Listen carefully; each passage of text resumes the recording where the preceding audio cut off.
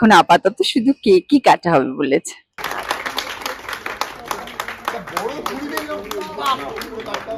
রণদার সাথে কেমন একটা বন্ডিং হবে, সিনিয়র। আমাদের বন্ডিংটা সত্যি ভীষণ স্ট্রং। অফ টাইমে ছেলেরা মেয়েদের রুমে গিয়ে বসে আড্ডা ফাড্ডা মারি, প্রচুর মজা করে আমরা কাজ করি। আপাতত যেটা মিস করি সেটা হলো মিশমিদিকে আমি প্রচন্ড মিস করি, কারণ মিশমিদির সাথে আমি রুম শেয়ার করতাম। মিশমিদি আমার জিম পার্টনার ছিল, মিশমিদির সাথে খুব ভালো একটা বন্ডিং ছিল। শ্বেতাদির সাথে একটা ভীষণ দিদি বোনের একটা সম্পর্ক। প্রথমেই কংগ্রাচুলেশন, আজকে 500 পর্ব। কেমন লাগছে, অনুভূতিটা কিরকম? খুব খুব খুব ভালো লাগছে। আজকে কস্টিউমে নেই কেন, ছুটি নাকি? হ্যাঁ, আজকে আমার ছুটি ছিল, তো সেলিব্রেশন বলে এসেছি। আর কতটা গ্রেটফুল এই চরিত্রটার জন্য দর্শকদের কাছে? অনেকটাই গ্রেটফুল, কারণ কলি একটা আলাদা ধরনের চরিত্র ছিল, প্রিয়া একটা আলাদা ধরনের চরিত্র ছিল।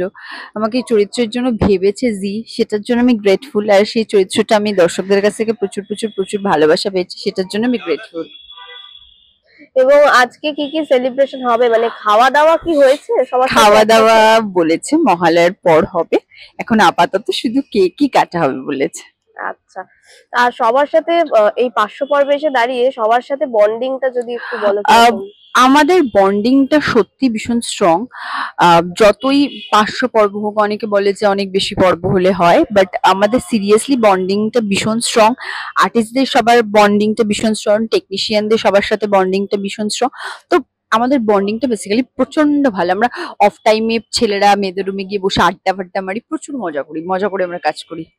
এবং চরিত্র অনেক চেঞ্জও হয়েছে, এসেছে, অনেকে গেছে। কি মিস করছো তাদের, কাকে কাকে মিস করছো? আমি যেটা আপাতত যেটা মিস করি সেটা হলো মিশমিদিকে আমি প্রচন্ড মিস করি, কারণ মিশমিদির সাথে আমি রুম শেয়ার করতাম। মিশমিদি আমার জিম পার্টনার ছিল, মিশমিদির সাথে খুব ভালো একটা বন্ডিং ছিল। মিশমিদি অলওয়েজ গাইড করতো আমাকে, ভীষণ শপিং এর ব্যাপারে ভীষণ অ্যাডভাইস দিত, এটা কেন ওটা কেন ওটা কেন, ওই একটা ব্যাপার ছিল। যেহেতু আমি শপিং করতে খুব ভালোবাসি, তো মিশমিদির কাছে আমি প্রচুর কিছু ওইগুলো শুনতাম।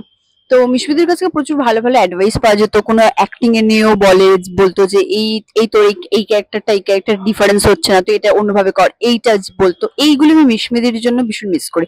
মিশমিদিকে আপাতত এই সিরিয়াল আমি খুবই মিস করি।